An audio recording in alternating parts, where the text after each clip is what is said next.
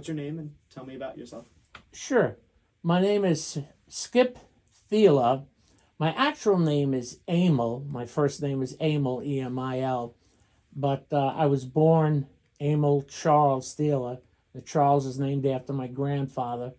And I was born in Hudson, New York, actually in Stockport, New York, which is a small town right outside of Hudson.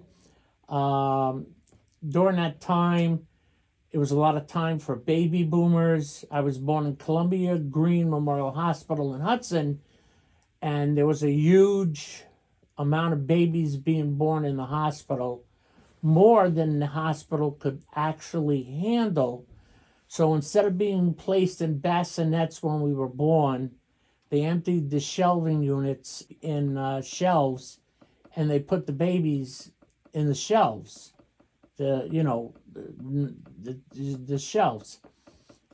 I was the top shelf. Of course, I got to be top shelf. So I ended up being in there.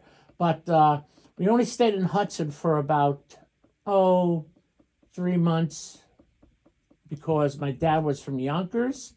So we moved back down to Yonkers, and I spent most of my childhood in the Yonkers school system, elementary school, junior high. I went to Roosevelt High School in Yonkers, New York.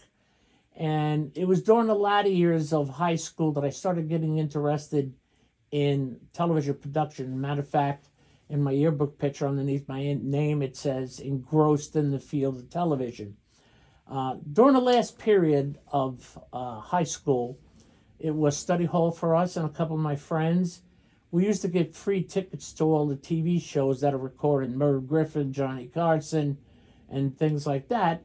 We'd get on the subway, skip study hall, and go down to New York City, and we would watch the shows being broadcast. I didn't watch the talent. I didn't watch the guests. I watched the technical people. I watched the boom guy, the audio guy, the camera guy. I just loved it. Not unfortunately, in 1971, we were still under the war of Vietnam. I got drafted. There was a lottery going on at the time in 1971, and they would literally pull balls out of a machine like the lotto you see nowadays. They'd pull balls out of a machine, and each ball represented a date of your birthday. And they had announced that year in 1971 that any number pulled from 150 and above didn't have to go into the military, but just had to go down and sign some paperwork. Anybody 149 or below had to go into the military. You had no choice other than leaving the country, which that's not my thing. So I'm down in Florida with my family, down in Fort Lauderdale, Florida on vacation, and I'm watching this thing on television. And again, they're pulling different dates, and my birthday again is December 15th, and December 12th would come out, and it was 200, and December 1st was 195.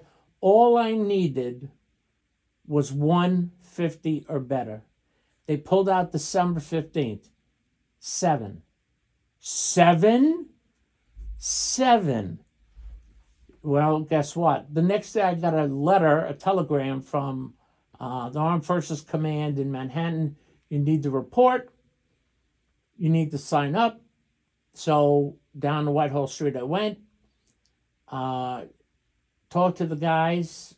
They asked me, do you have a branch of service that you would like to go into? Because if not, we'll pick one for you. So I had a cousin that was in the Marines. The uniform looked great. Loved the uniform. I mean, how hard could this Marine thing be? So I signed up for the Marines. Oh, well. So, ended up in Parris Island. Ended up going to the system down in Parris Island in the Carolinas. We had to take a series of tests during Parris Island so that they could decide what's called our MOS, or a military occupational skill. Since I didn't go in on a guarantee, I didn't guarantee them more than 2 years because I didn't have a college degree. Uh, I had to take these tests, and there was one room where there was a series of about 150 typewriters in the room. Now I'm not a fighter. I had to go into the military, but I'm not a fighter. So I said to myself, there's 150 Remington typewriters. I can't kill anybody with a typewriter, right? Probably not. So let me become a typist. So the drill instructor, if you ever seen movies of Marines drill instructors, they're screaming and yelling in the front. And while they're yelling, I'm in the back of the room on the typewriter clicking keys one at a time. And the drill instructor yelled, "Begin!" I had a paragraph typed at the word begin. Whoops. So when it was all over, he looked at it and goes, "You're an outstanding typist. You're going to be a typist. Clerical person." So I was like, this is great. This is exactly what I wanted. I was attached to the 3rd Battalion, 8th Marine, 2nd Marine Division, and I was in for 2 years. And during those 2 years, I actually got a chance to travel around the world on the ship called the USS Incheon. For 8 months, we were assigned to this ship as Marines. They transported us to Germany, Norway, Cuba. We went all over the place. It was great. And again, yes, I had a rifle because all military people need a rifle, but my thing was the typist. At the end of the 2nd year, I was kind of liking this gig, if you want to call it. So I extended for a 3rd year. During that 3rd year, I got injured. And when you get injured in the military, your days are numbered. So I had to be flown out to Great Lakes, Illinois, to do a series of tests to make sure you're not able to perform your job anymore, which I wasn't able to. And I got discharged honorably with a medical discharge. Could I ask how you got injured? Sure. Believe it or not, I developed seizures. Wow. Yeah, I developed seizures. And that's not good. Never had them before. Nobody in the family that I'm aware of had them before, but I developed seizures. So they said I had to get out. So I got out of the military and I'm like, oh boy, now what? Because I was planning on maybe making my life as a Marine. So I went and took my GI Bill and I went to a school in New York called the RCA Technical Institute. Back in the 60s and 70s, they didn't teach television production in colleges or high schools. They didn't teach it. There was 2 places you had to go to. You had to go to the RCA Technical Institute in New York, or there was a school in California. Well, naturally, I picked the one in New York. It was a 2-year school. Used the GI Bill that was given to me, and went to the school, graduated top of the class, got out, and started looking for a job. There were none in Yonkers.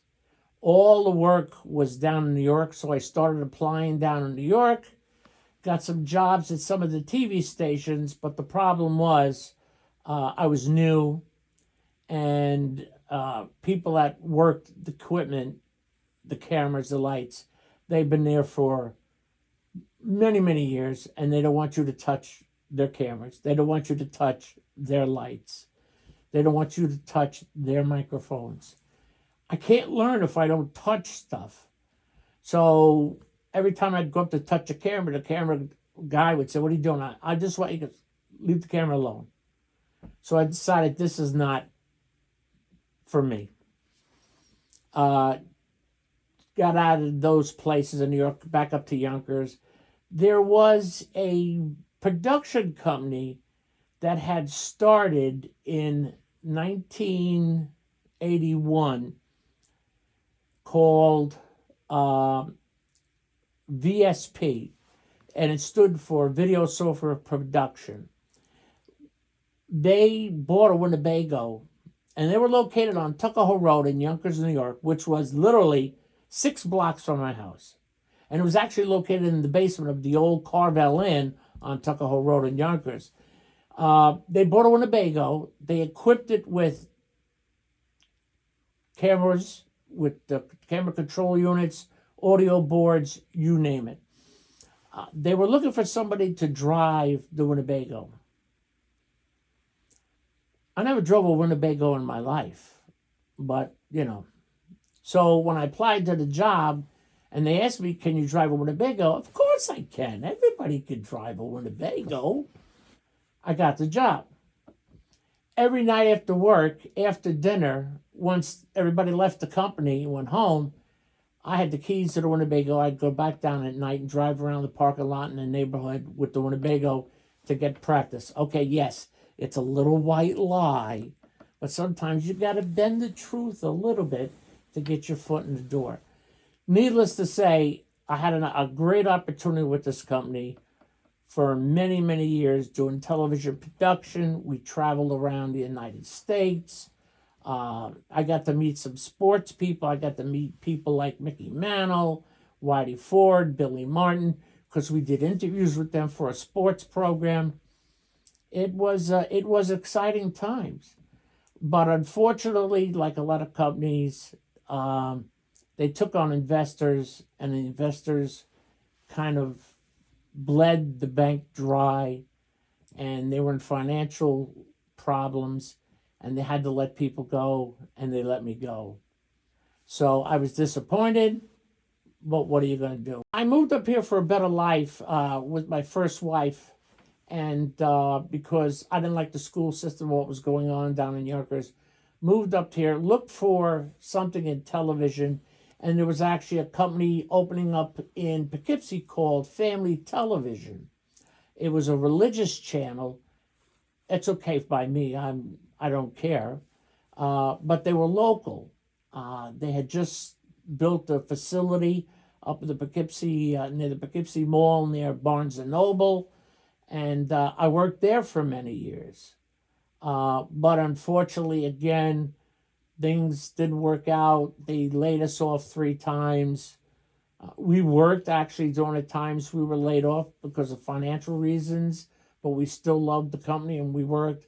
And after the 3rd time, I finally said, that's enough. Yeah. So I took a job under the suggestion from this engineer that used to work at the culinary, work on equipment for Family Television.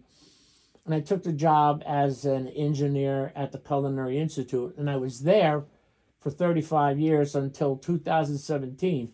In 2017, financial problems, again, it seems like financial problems were always following me. Not my financial problems, the company's financial problems. So they had to let people go. And I had been there for 35 years. I had accumulated a decent salary. I had accumulated a decent package for insurance and everything. And the writing was on the wall. They started every week letting different people go, but it was people that had been there the longest. So I had said to my wife, I'm not going out that way on a Friday being told your job is no longer available. So I retired. I retired again in 2017, and a couple of weeks later went down to Georgia for a small vacation. I got a phone call from the woman that run the video department at the time saying that back then they used to do graduations at the culinary every 3 weeks. Every 3 weeks, approximately 89 to 90 students would come in, and every 3 weeks, approximately 70 to 80 students would graduate. And it was back then a 21-month program. So every 3 weeks there was a graduation, and that's one of the things I did. They had built a huge auditorium with 8 robotic cameras. I'm the one that controlled the robotic cameras. I'm the one that switched the cameras. We also fed it over the internet for people that couldn't come to the graduation. It was a great gig, and I missed it. This woman called me and said, "Skip, we've tried to get other people doing it, and it's not working out well. Would you be interested in just coming back and doing the graduations?" So I thought about it. Yeah, I can come back and do it. So how many are we talking about? She goes, all of them. So for 2 more years after retiring from the culinary, for 2 more years, I worked every 3 weeks just doing the graduations. When the graduations were over, I'd log the video footage onto a drive and go home and didn't have to go back for another 3 weeks. That finally ended when COVID came about. When COVID came about and school closed, there was no graduations, there was no students, there was no work. And then they decided to just go a different route. So that was the end of that. I'm busy. I stay busy. I love it. I'm 71 years old. Actually, on December 15th of this year, I turned 72. Oh, well, happy early birthday. Well, thank you. And I have no plan on stopping. No plan at all.